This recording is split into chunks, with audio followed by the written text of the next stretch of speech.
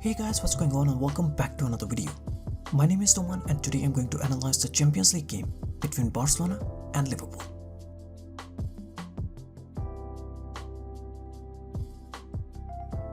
So Barcelona lined up in a 4-3-3 formation, but they often shifted to a back 3 during the build-up phase, with Sergio Busquets dropping in the defensive line.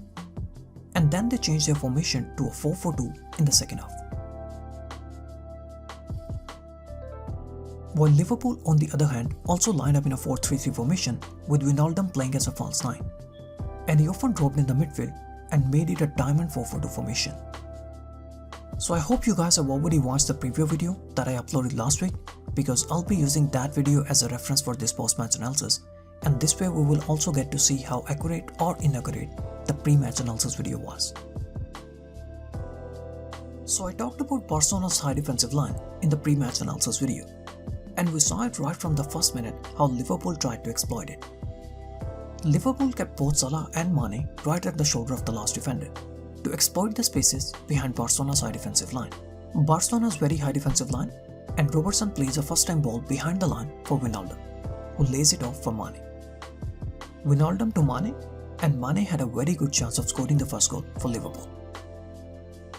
Again, very high defensive line, and Mane once again makes a very well-timed run to get away from Sergio Roberto and in a very good goal-scoring position. Mane was in a 1v1 position against the goalkeeper, but he couldn't provide the finishing touch. Here again, Matip's first-time pass to release Mane behind Barcelona's high defensive line. Mane had 2 to 3 very good chances of scoring the first goal for Liverpool, but he couldn't provide the finishing touch. I also mentioned in the pre-match analysis video that some teams like to go with a man-marking approach and others try to build a cage around Messi. But the disadvantage of building a cage is that you place 2 to 3 players on just one man, and that leaves the other players open. So as we can see here, 3 players are trying to cover Messi, 2v2 inside the box, and Sevilla now have no one to cover Sergio Roberto, who makes a free run and scores the goal. Liverpool also went with the same approach, and whenever Messi received the ball, they immediately tried to close him down in numbers. Messi receives the ball and he is immediately closed down by 2 Liverpool players. And just like that Sevilla game, Messi once again tried to use this cage to his advantage, and he tried to pick his teammates in open spaces. Liverpool here have a defensive line of 5 men. Milner has dropped back to cover the spaces for Coutinho. 2 players were already trying to stop Messi, but they couldn't. So Milner was also forced to step out of his line to try and stop Messi. To cover Messi, and that leaves the gap open in the defensive line for Messi to pick Coutinho.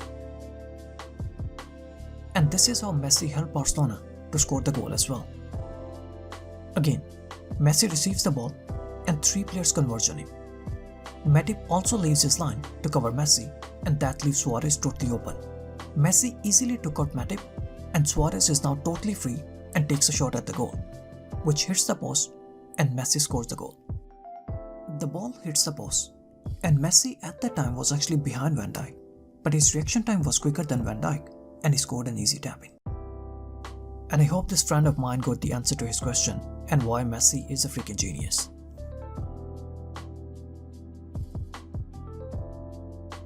So as I explained in the preview video, Barcelona with possession often shift to a back 3, which allow their fullbacks to push up. Barcelona shifting to back 3 with possession, and their formation is more like 3-4-3. Back 3, which allows the fullbacks to push up. Messi pulls Andy Robertson narrow to create the space for Sergio Roberto's run on the flank. Coutinho was trying to do the same thing on the other side. He often dropped in the midfield and he pulled Gomez out of his line. Coutinho looks at Alba, who is making an overlap. Coutinho drops deep and he pulls Gomez out of his line to create space for Alba's overlap. Gomez taken out by Coutinho, and Rakitic pass to find Alba in the open wide space.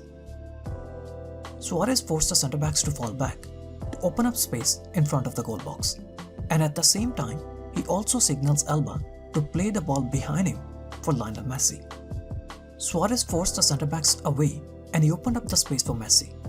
Alba's pass to Messi, but Andy Robertson's excellent tackle denied Messi. And this is one of the reasons why I like Suarez so much. His fake runs to open up spaces and his communication with his teammates is a joy to watch. He did the same thing against Manchester United as well when Messi scored his first goal at the Camp Nou. Suarez's near post run takes Smalling away, and that opens up the space for Messi to find the far post. Wijnaldum was used as a false nine in this game, and he often dropped in the midfield to make it a diamond 4-4-2 formation. And I will just explain you in a minute why Wijnaldum dropped in the midfield and how Liverpool were able to get a man advantage in the midfield. So most of Liverpool's attack in this game came from the left side where Robertson and Mane were playing. Both Robertson and Mane were constantly making overloads against Sergio Roberto, and they were also able to easily outpace him. So in order to help Sergio Roberto defensively, Valverde pushed Vidal wide and he asked him to cover Robertson. Vidal on Robertson, Sergio Busquets on Keita, Rakitic on Fabinho, and Coutinho was also dropping back to cover the third midfielder, James Milner. So Barcelona had no one to cover Wijnaldum. The only option was that one of the centre-backs step out to cover him, which was never a good idea against Mane and Salah. All the four Barca players are covering their respective markers, and Wijnaldum is totally free in the middle. Robertson's pass to find Wijnaldum in the open space, Robertson to Wijnaldum, and Wijnaldum's first time pass to release Salah behind Barcelona's high defensive line. Here again, Wijnaldum has dropped in the midfield, Henderson won possession, and he immediately tried to play the ball to Wijnaldum. Once again, no one covered Wijnaldum, and Liverpool now have 3v2 to attack Barcelona's backline. Barcelona's second half change of introducing Semedo in the game was a very important one. Mane and Robertson were easily able to outpace Sergio Roberto, so in order to deal with their pace, Barcelona introduced Semedo in the game. Barcelona sacrificed an attacking player for a defensive one, and they changed their formation to a 4-4-2. Semedo came on for Coutinho, and Barcelona shifted to 4-4-2 with Sergio Roberto moving in the midfield. Liverpool are once again trying to create that same left side overload, but now Barcelona have two right backs on the ground to deal with it. With this change, Barcelona were able to deal with Liverpool's pace on the left side. Liverpool overall had a great game, and they actually looked dominant for the most part. But they failed to take their chances, and it cost them heavily. Messi, on the other hand, single-handedly won the game for Barcelona, and he was unstoppable yesterday. Valverde's second half change of introducing Semedo in the game was a very good one, and in my opinion, it made a huge impact on the game. So what is your prediction for the second leg? Comment below and let me know. And also, please do share your feedback on the preview video. Thank you so much guys for watching the video. Please don't forget to like and subscribe.